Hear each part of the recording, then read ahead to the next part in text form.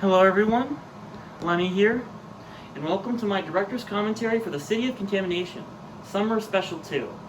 This one I was actually planning in advance for quite a long time, because 2022 was such a packed summer, while 2023 wasn't as much, mainly because we didn't have enough money to go back to Sweden, so it was just all about riding. As for my movies, I really only had plans to make a movie at the beach. So yeah, I wanted to focus more on like the area around my beach house more for this one, because I want to have like a small town, beach town vibe to it, because I wanted to make up this fictional city, Quadruple Marine. That is a reference to the Hololive clip where there's like 4 versions of Hosho Marine, and like they all try to imitate her. That's an extremely weird name for a city, I know, but I was just wanting to pack in as many Hololive references as possible, so they're all over this freaking movie. This time, Kathy, my aunt, doubles as the main character. So we actually bought some props. That little vial right there for so I wanted this to be a bigger movie than the summer special. However, we were on still a tight schedule as always, especially since Birdna has like 3 kids. They're always making ruckus. So I very much applaud her for making time to film. I always thought it was cool how this house had like reflective doorways. I also filmed a unicorn video in this area. I was gonna actually pull up a map of Okrakoke for a map of Quadruple Marine. However, I didn't know how to use the PC, I didn't want to push my luck, so I just ended up, you can't see it very well, but it's pretty obvious that it's just this image zoomed out, which you'll see in a sec. And I'm very proud of this because it's so stupid. I had just got into Dr. Stone right before I went to the beach, so I decided to use him. Fun fact as well, right before I went to the beach, I had also started watching Attack on Titan, so I was also planning to use one of the Titans in that image, the Colossal Titan. Me and my mom were binging it at the beach, so I'll probably hold those memories with me related to the beach forever. Here we get with Cameronius again, who wanted to play a villain this time around. He actually personally requested to be like a much bigger character in the movie, and I think so did my cousin. That's actually me and him at the boardwalk. This part was meant to be him hunting them down at the boardwalk, but Birdna got sick at the boardwalk, so we couldn't film her at the boardwalk, so we just had to pretend that they were there. And as you can see, he goes into this place, and we have to pretend that this place is inside that haunted house, when it's in reality it's just the same house that I filmed the intro in. That part was not scripted, but I thought it was so hilarious I couldn't not include it. But yeah, I put that little clip in there. Which again wasn't even scripted, but to try to show that it was the same place, which I think was a good idea. I actually cut out a lot of dialogue here, because at this point we had skipped an entire scene where the sea monster mom from the last movie plays the old fisherman, and yeah, this is Cameronius' big scene. I had actually and that's also his little sister, and yeah, I always thought it was creepy how those sliding doors worked, so I was like, what if someone jumped out and pulled them in? That would be perfect for like a horror movie thing. The whole vampire idea was my idea, but I was before we even went to, so again, it was lots of planning. Before we even went to the beach, I was talking to Kathy about what should we do for ideas for the movie. Also, he has a shirt on all of a sudden, and now he doesn't. This was filmed on 2 separate days, in case you can't tell, this scene. And she was like, the contaminated water should turn them into zombies. And I'm like, sure, but maybe they should be vampire. No, I'm like, nah. I was like, nah. So I'm like, vampires instead. And as I was trying to say in the last summer special, a lot of the characters are named after Shakespeare characters, but this time there's also a lot of named after, what's it called? It like classical Greek play characters, mainly from either Othello or like that's Shakespeare. It's called Oedipus Rex. I wanted to name characters from after some stuff from Oedipus Rex. That part wasn't scripted. This part I used a pink filter to make all the water look contaminated, which I honestly didn't know if I should have done, but I think it turned out well. My grandma liked that part. That was not me throwing it. That was just me pretending to throw it. It actually just flew off. That had cost money, so like I just threw it. No, I didn't throw it. It flew off, and my mom got pissed. Who was filming me? She's like, "I bought that hat for you, and now it just flew off because you weren't careful enough," and that was my fault.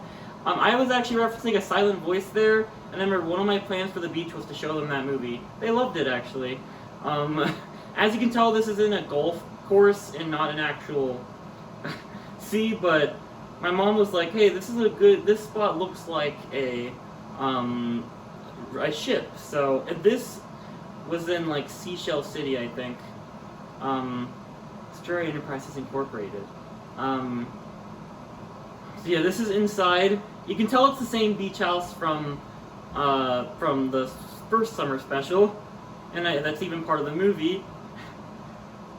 I planned it out better this time because I knew Tubular Tyler had to leave, or sorry, in this movie it's Polynicist.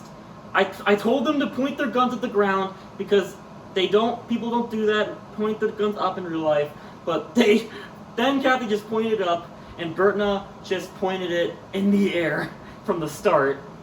So this part was actually one of the first parts filmed, believe it or not.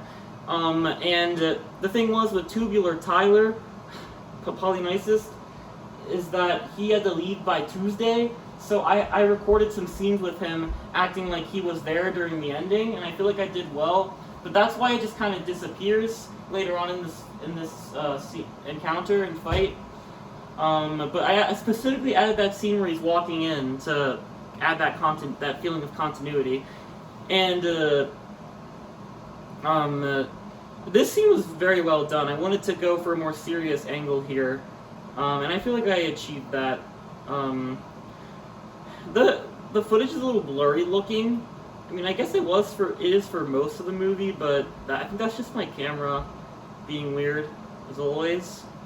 I really wanted to go for like specific camera angles here. Like, for example, when she was having a breakdown, she just isolated, but now they're both in frame because she's trying to console her, and I wanted them to get farther apart because she's kind of pushing her away. That was the idea for the cinematography for this part. Yeah, this part I was a bit too ambitious. I don't think I was too ambitious, but again, I had to cut an entire scene, and they weren't there in the boardwalk. But this part turned out, I would argue, perfectly, because she killed it. She was a minor character in the last movie, so I'm gonna make you a much more major character in this one, and she just killed it. She's the star performance. She did this weird southern accent for some reason, but it's hilarious, so I don't really care. And basically the joke is that she drank the blood of a alcoholic. This part was filmed like Thursday, I think. Yeah. This whole fight was filmed. This part was filmed Thursday. And yeah, so for some reason my camera just got randomly dark at one point, and it still hasn't gone back, and so that's why this part looks so dark. It's hard to see when you're not in the dark. This part was filmed like Monday or Tuesday, I think, or Sunday. No, this was Sunday. This was Sunday before. So yeah, that's why, just straight up, Kathy isn't there. And also this part was not scripted. This part was because they're both laughing, but I thought it was just way too hilarious not to feature. And also I kind of, it's like, oh, she's laughing because maybe it's her battle spirit, but yeah, I always come up with like clever things like that, I feel like, even though they're not very clever. Here is finally what the foreshadowing in the beginning of the movie led up to. Me. I think, North Carolina wetfish. This made Watercup laugh so hard, and I'm so glad it did. This was filmed at the same time we filmed that other shot of when we were at the pier, Petan Pier, which is named after Russia being Petan, and Tawa's Devilish Angel Emporium is named after Tokuyami Towa. All of them are from Hololive. If you couldn't tell, I was a huge Hololive fan at this point. I'm not sure why. It's pretty obvious. By the way, I used Banjo-Kazooie music in that part, and and it was funny because I got them into Banjo-Kazooie, which is funny because like they're kids right now, and I'm making them kind of experiencing something that older people would have nostalgia for, so they can get in on that nostalgia too. It's weird. But I feel like they deserved it, because Banjo-Kazooie is an amazing game. I just found this place, I'm like, I wasn't planning on using this to represent Burundi, but it just worked, and in the end. So yeah, I didn't want to stereotype Africa as, oh, it's just a jungle full of animals. No, it isn't. The whole point of this movie is to like give Africa more light, and like that's the kind of the moral of this movie, is that not everyone's so fortunate and stuff. But I mean, that's pretty obvious. That's what this whole monologue is about. And I was actually, to keep continuity, oh yeah, I wanted them to use their real reactions for their part. I specifically requested that. And I feel like they did good. And I recorded the audio for this entire monologue within that little laundry room I was in to make sure the audio quality was the same, so it sounded like I was still talking in there. So I just went in and out constantly near the end of our trip, just recording. And to the point where other people, members of the family, like, what are you doing in there? And I'm like, I'm recording for the movie, and it took so long. This took so many takes as well. This whole monologue. This part was not scripted. This scene. This part was. I really wanted to play around with camera angles, as you can see. I just noticed Bertna shakes her head in that part. And as you can see, Orchid Everbotanical comes in. That was her name in this, which is a reference to Violet Evergarden.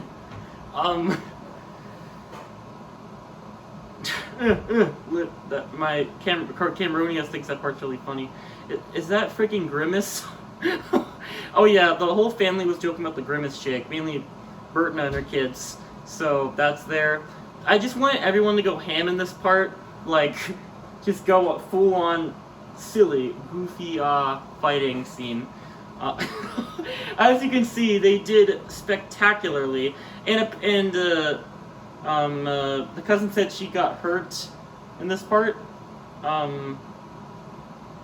Oh, maybe that's why. And, oh yeah, and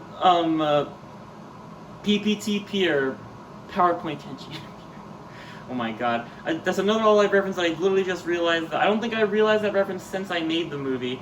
But as you can see, she's in the background and she's approaching me. My mom is, and my cousin's actually filming this part, the same one, Orchid Everbotanical. I was actually supposed to be killed in that part, but I decided not to, because I wanted, Burundi to have a good ending. Even though Burundi's not a person, but you know what I mean. This entire ending scene where she's like, I actually turned into a vampire, that was all, Kathy's idea. So you have her to thank for that. And then she's like, oh, actually, it's okay. So yeah, this whole scene was her idea. I thought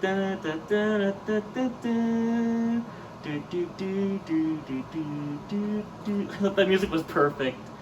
I kind of have nostalgia for that music, even though I never played Mario Party 3 as a kid, because when I was going to Sweden, I was listening to, I tried to fall asleep to a video of me and Mimi playing Mario Party, that I had saved, that was saved on my iPad. I purposely placed all those plushies like that. North Carolina Wetfish, that's what NCWF stands for. Old hat Theseus, it's like Theseus from, I think it's Oedipus Rex? Yeah, I use, there's silent voice music in this part, because I just, it's my favorite movie of all time. I made a whole freaking video essay about that, for frick's sake. I remember specifically filming, like, we had to stop at the side of the road to film that part. This is me at the beach at night, and I had never been at the beach at night before filming this, so it was a magical experience for me. I just felt so, like, this was so magical. Yeah. You can see the waves there. Yeah, I felt truly alive when I was there at the beach at night, especially, and I was like, oh man, you can't see the moon. But then then you can see it. The blue light is the rubber on my camera. It's blue. And yeah, it looks like I'm grabbing the moon. I'm reaching up for it. It's just like anime, just like my Japanese animes. That part I think was sped up to make it fit more with the music. But yeah, that's just a beautiful moon. I think that's a perfect way to end the movie. You can definitely tell it's better than my other videos.